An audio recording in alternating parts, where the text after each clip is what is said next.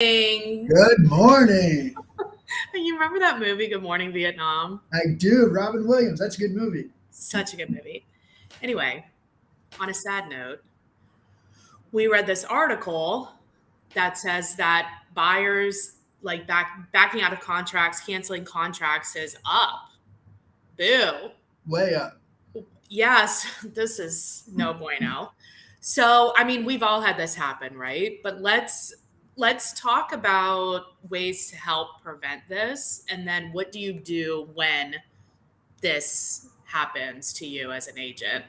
So, what do you think? Do you have any good juicy stories for us? Yeah, probably do. So the big thing, if you get crushed by this once, which you will, matter of time. What we do now is we are so proactive Mm-hmm. in two ways. Number one, how we talk to the buyer. So we really need to let them know that once we sign this, we are under contract. Right. We're locked in, right? Right. But as fiduciaries, we've got to try to write in as much protective language to the contract as we can so Right. that when this inevitably does occur, we can at least protect our buyers, get them out, and hopefully minimize any kind of financial loss. But I also think too, being proactive about it and saying, I mean, buyer's remorse is like a real thing, and this is a big purchase and it's a lot to take on.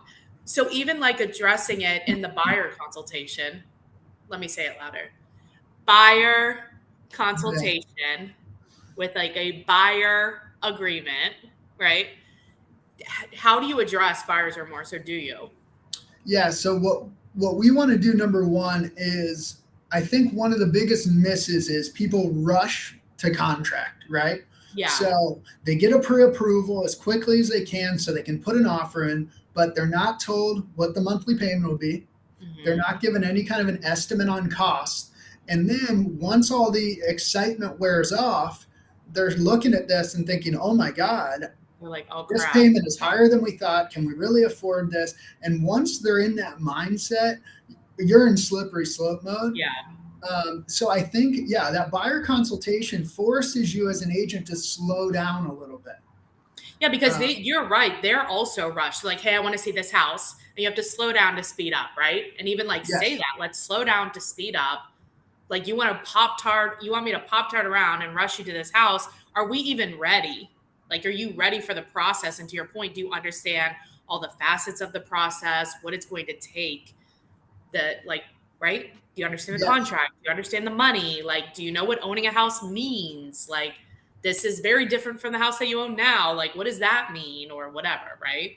yes, yeah. And the other piece, so like anytime we have a shift and we are in the midst of a shift, I don't think anybody is arguing that if you're in real Right. estate. Right. We've got to look for the positives, right? And one of the positives is this slowdown in the market is going to allow us to slow down our process Great point.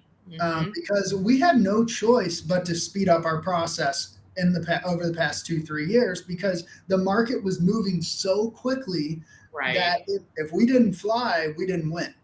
Right. Um, so I think this is a great time to kind of reset, make sure your processes and systems are in line so that you don't have a ton of cancellations.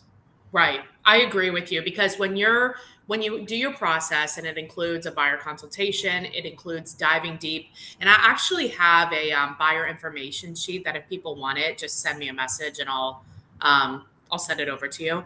And a buyer packet with an agreement in it. If your board doesn't have one or whatever, we have one that we can give you as well. But I find that sometimes agents, we're also excited and we want to show them a house. We want to give them a house and help them find one. And so for us, how do we make sure that we're asking the hard questions and we are slowing down to help them get the right fit so that this contract cancellation doesn't happen?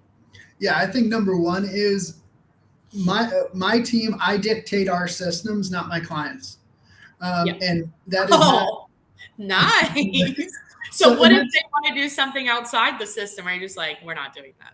Yeah. So what we will Yeah. say is like, I appreciate that you want to see houses. My experience in selling X amount of houses a year lets me know that I'm doing you a disservice if we don't go through the process.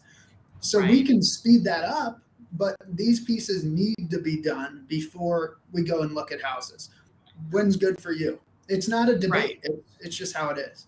It's just how it is. And then if they are not wanting to do the process, to me, it's like, well, then we're not going to work together well anyway. Like, I will not be able to help you if you don't allow me to help you.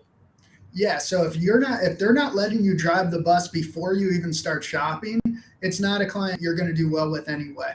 Um, Right. yeah. So, and that's, you've got to have enough business where you're okay saying, hey, I'm probably not the best fit. Let me connect you with somebody else who is.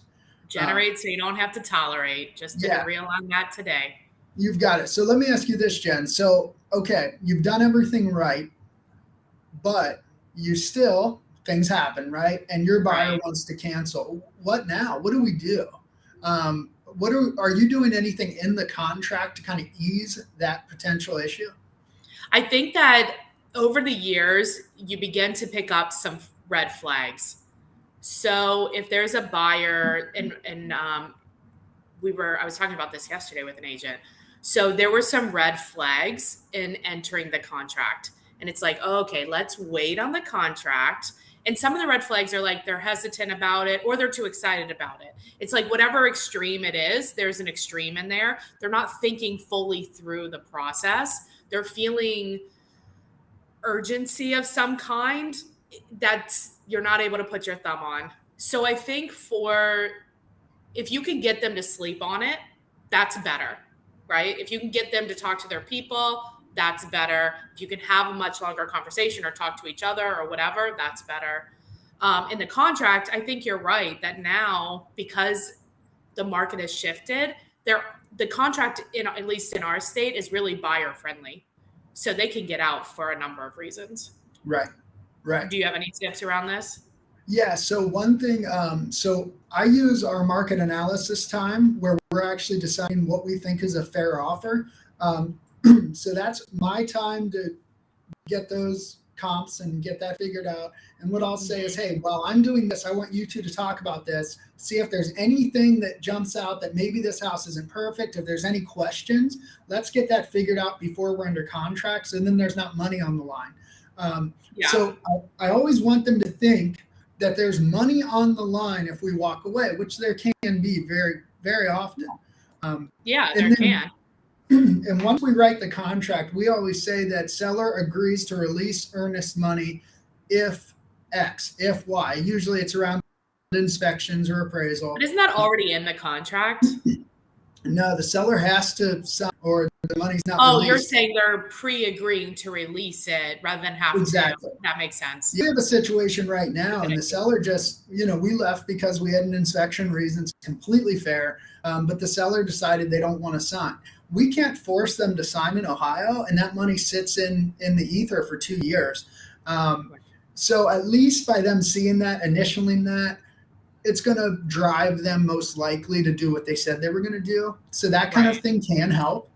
Yeah. Um, Also, and then too, like once they're decided to put an offer, you need to stop their portal. Don't let I anyone. love that. Yep. I mean, Yes. because there's always like this, like, well, this one could be better. This one could be better, and it's like, okay, if something else could be better, then this is not the one. You've got it. And I say this at listing presentations and I say it with buyers. Once you find your keys, you stop looking, right? Right. Right. So if you're telling me, hey, TJ, you seem great, but we still want to talk to a couple agents. Once you find your keys, you stop looking. What is it that you're looking for? Your keys are Right. right here. Right. And it's the same thing with that portal. That is such a good veteran tip. Turn Hmm. off that portal, man. You found him a house. Let's get all the junk out of the way and let's focus on And the one let's we're focus on that and be excited. Yeah. yeah, yeah, I think that's awesome. And then the the last thing I would say is if your client cancels a contract, you want to think long and hard before the next day you go out and show houses again. There needs to be a regroup, Yeah. and find out what was it that really drove them to cancel. What are there certain What things that changed? You've got it. And are there certain things that we now know are impediments to that being the right house that we didn't know before? That's a really good tip because yeah, because it's like, okay, well, you said that, for example, that you wanted a basement. This one has everything. It has the basement. Now you're saying the basement is an issue. Do you want the basement or do you not want a basement? And if you don't want the basement, now we're not looking at houses that have basements. We're not doing it. Correct. Yeah. So if your portal is getting bigger, not smaller as you go, you're doing something wrong. Yeah, good. Yeah. Great tips. Well, TJ, as we know, like everybody's situation is a little bit different. If an agent has a situation that they want to talk to you about, or they are looking to be part of your group, what is the best way to get a hold of you?